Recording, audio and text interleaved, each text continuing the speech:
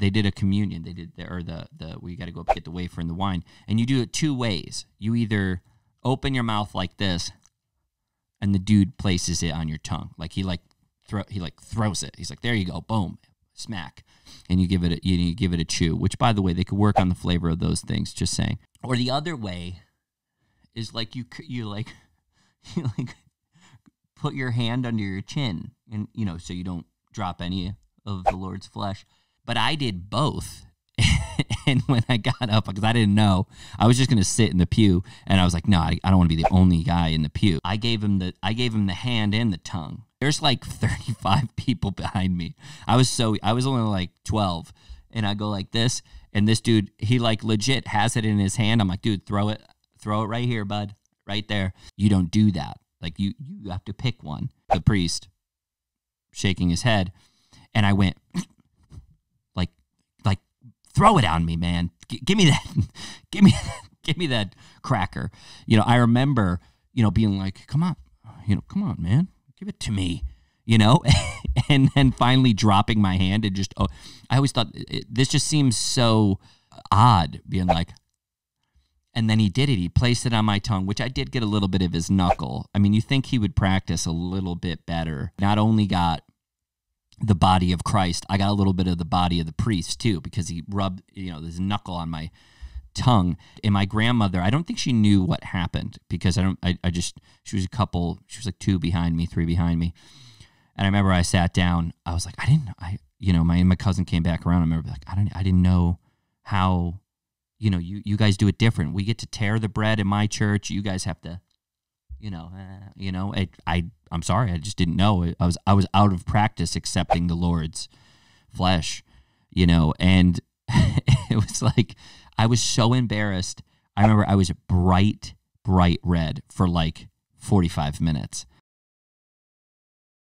I was following a Jeep, and on this, I'll put it up, it says, "Don't follow me, you won't make it." And then has a picture of a Jeep with the kids, like, how many kids they have. The license plate was something along the lines of Jeep too. And there's also like, if you see this sign, flip me over, that type of, it's a Jeep thing, beep if you got a Jeep. And you know how annoying that is? Because it's like, we're in a Jeep, we can't get stuck, we can't do it. It's like, yes, you can. You definitely, I've seen more Jeeps wrapped around telephone poles and flipped over than anything else, because people are like, we can do it. It's a Jeep thing. You see this sign, flip me back over. And I know so many people with Jeeps, so I'm like hating on most of my friends that I know.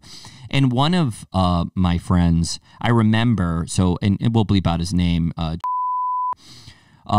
a Jeep, and I remember we were, having adult beverages, and he tried to run his Jeep over a snowbank, and then sure as shit is his little drunk ass. Yeah, he looks like if a kid named Kyle, the stereotype of Kyle, Monster Energy drinks, Oakley sunglasses, beards, IPAs, mated with a hobbit or a dwarf, that's what looks like.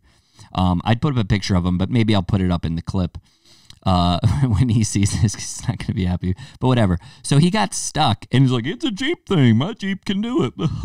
Like, I got it. Stuck within seconds. And then my brother had to come and pull him out. So for me, I've seen so many Jeeps wrapped around poles. I've seen so many Jeeps stuck that I'm sorry, I can't get behind this. It's a Jeep thing. And I want a Jeep. I want a Jeep Grand Cherokee. Would be really nice. But enough with the Jeep Wrangler, Jeep thing. It's just it's overdone, and those things get stuck all the time, so I can't get behind it. Maybe it's a different tribe or a different group, but I'm just hating on it. I don't care either one. It's just, I'm so tired of beep if it's a Jeep. Beep. It drives me nuts.